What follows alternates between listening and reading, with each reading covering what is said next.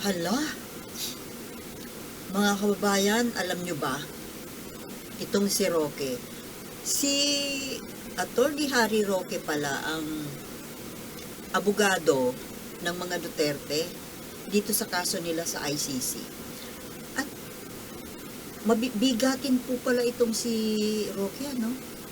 Kasi siya raw ang nag-iisang Filipino lawyer, international lawyer, na pwedeng pumasok sa ICC.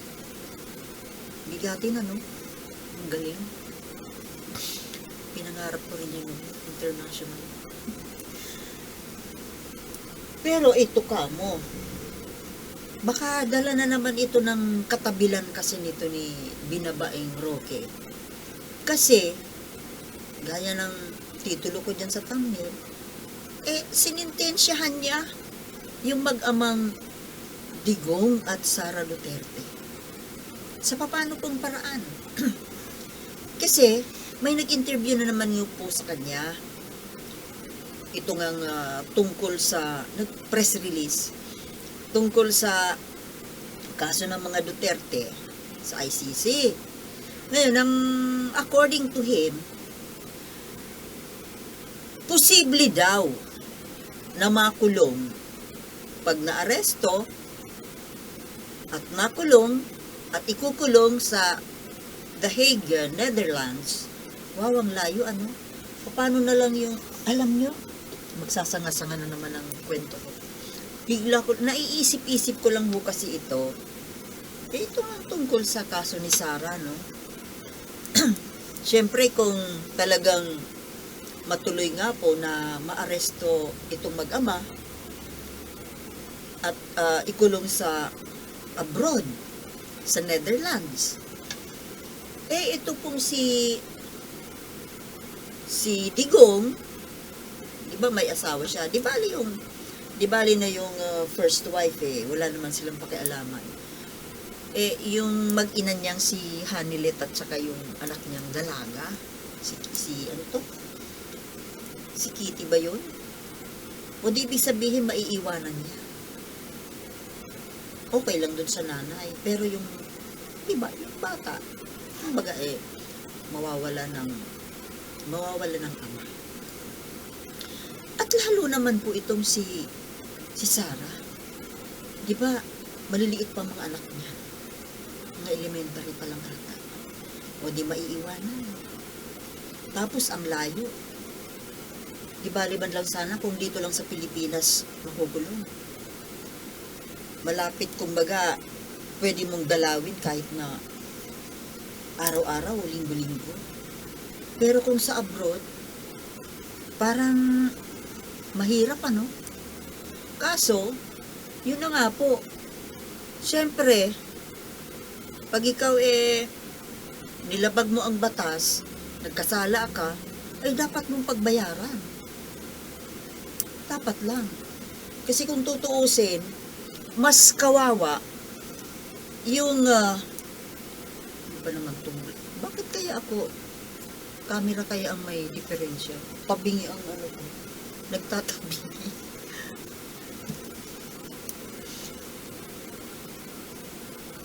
Kung iisipin po kung sa nakakaawa, mas nakakaawa syempre yung biktima, yung pamilya ng biktima. Dahil yung biktima, wala na, patay na. Wala na siya dito sa earth. Wala na. As in, wala na siya. Tapos yung pamilya, yung magulang, yung kapatid, mga anak, na naiwanan, syempre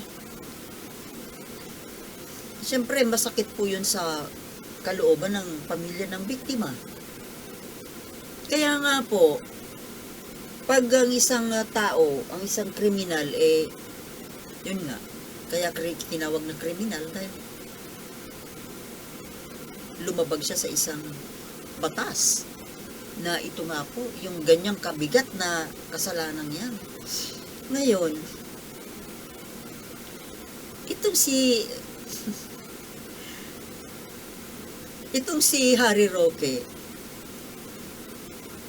sabihin ba naman niya sa interview na may posibleng makulong, posibleng maaresto at makulong yung mag-amang Duterte, yan kung hahayaan nga po, kung papayagang makapasok ng Pilipinas yung ICC para mag-imbestiga. Kung papayagan. So, ibig sabihin, kaya pala sila na hindi magkanda-ugaga na manawagan, magpalabas ng mga statements, yun bang parang kinakabahan.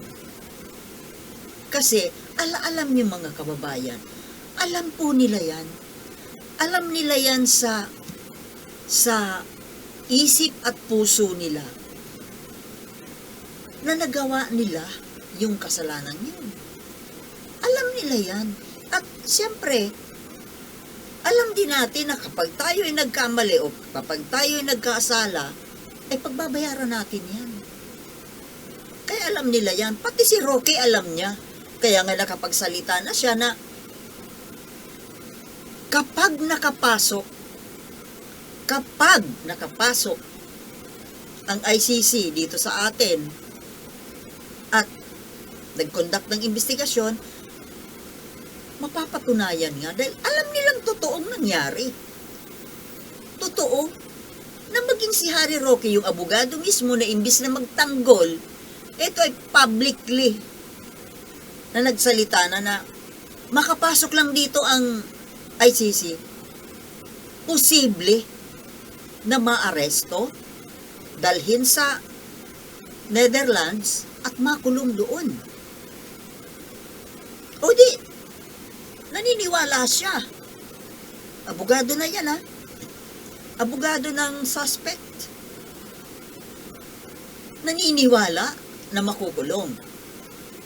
O di, naniniwala siya na talagang nagkasala. Totoo yung inaakusa. Yung akusasyon pala. Ngayon, ito lang po ang pampalubag loob naman na bawi niya. Total daw, di posible nga daw na maaresto at dalhin sa abroad, sa The Hague, Netherlands para doon ikulong. Pero, at least, pampalubag loob, maganda raw ang kulungan doon sa The Hague. Hindi basta-basta kagaya ng mga kulungan dito sa atin na mabantot, crowded. Doon syempre kasi alam ng The Hague na ang mga akusado ay hindi basta-bastang tao.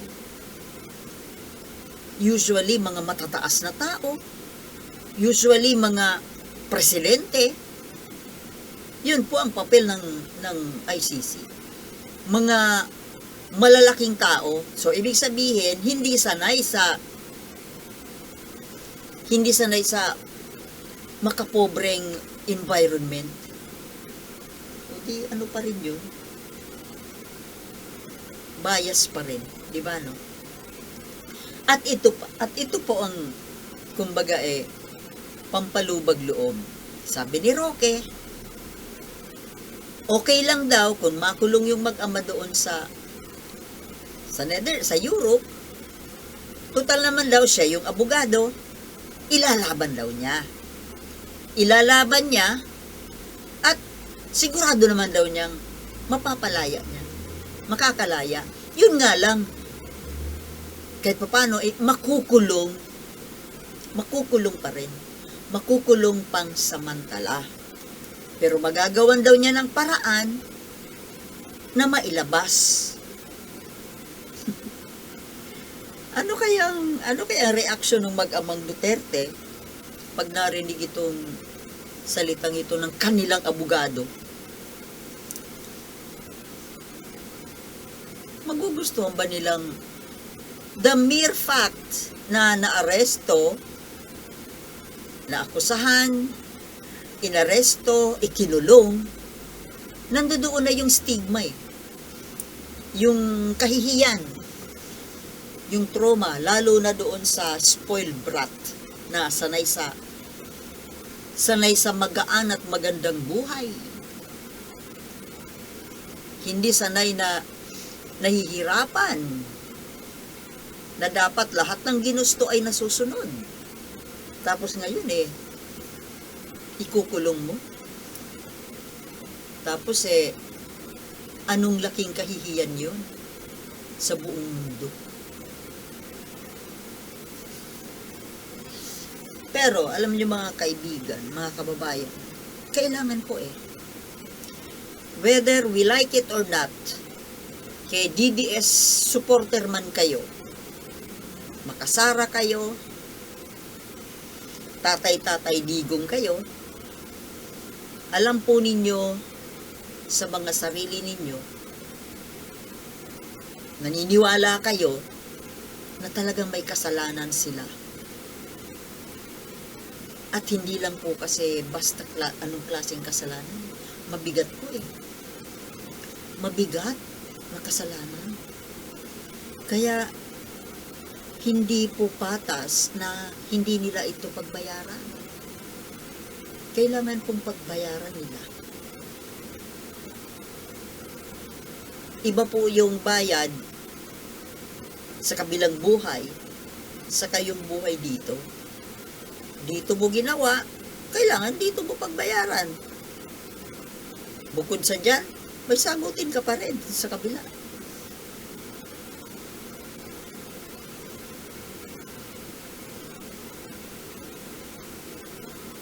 Siguro sobrang namong problema po si Harry Roque, kung paano niya ipagtatanggol itong mga kliyente niya. Na alam niya sa kalooban niya na totoo. At itong pagkapag-ICC po ang nagsagawa ng investigasyon, most probably 90% pwedeng makasuhan. Dahil dito po sa ICC hindi gagana yung mga under the table, yung mga palakasan, yung mga isang tawag lang, absuelto na. Hindi po obra. Kaya nga ang gusto po nilang mangyari, dito sila litisin sa Pilipinas. Kasi dito sa Pilipinas, kayang-kaya nilang bayaran. Hindi po natin sinasabi na lahat na abogado, lahat na huwes ay nababayaran. Pero nangyayari po. Lalo pa dito, itong kaso na to ni Duterte, daanin na naman yan sa pananakot. Alam niyo naman ang kalibre niyan. Kaya nga takot yung mga huwes dito, mga abogado dito Kaya nga hindi po gumugulong yung kaso. Kaya nga yung mga biktima, lumapit na sa abroad, sa ICC, dahil wala silang maaasahan dito sa atin. Tapos sabihin ni Amy Marcos, sabihin ng mga Duterte supporters mayroon tayong functioning justice system? Oh, come on. Alam natin ang totoo. Pwede ba? Alam natin na hindi yan totoo. Ito na nga Ito ang proof. Ito ang pruweba. Itong kaso ng mga Duterte, itong kaso ng drug war. Na walang maasahan dito ang Pilipino, ang kababayan natin, walang maaasahan sa sariling bayan. Hindi pwedeng asahan ang hustisya sa sariling bayan na kailangan pang lumabas ng bansa para maghanap ng hustisya. So anong sinasabi ninyo, mga Duterte supporters, at ikaw, Amy Marcos, na gumagana ang hustisya natin dito sa ating bansa?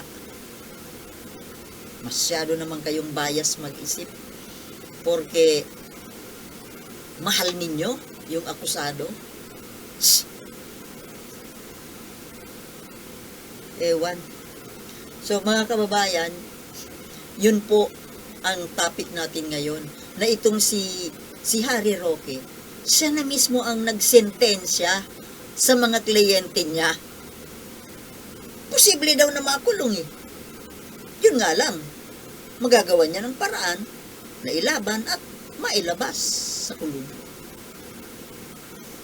Yun lang po. Thank you for watching and happy Sunday. Peace.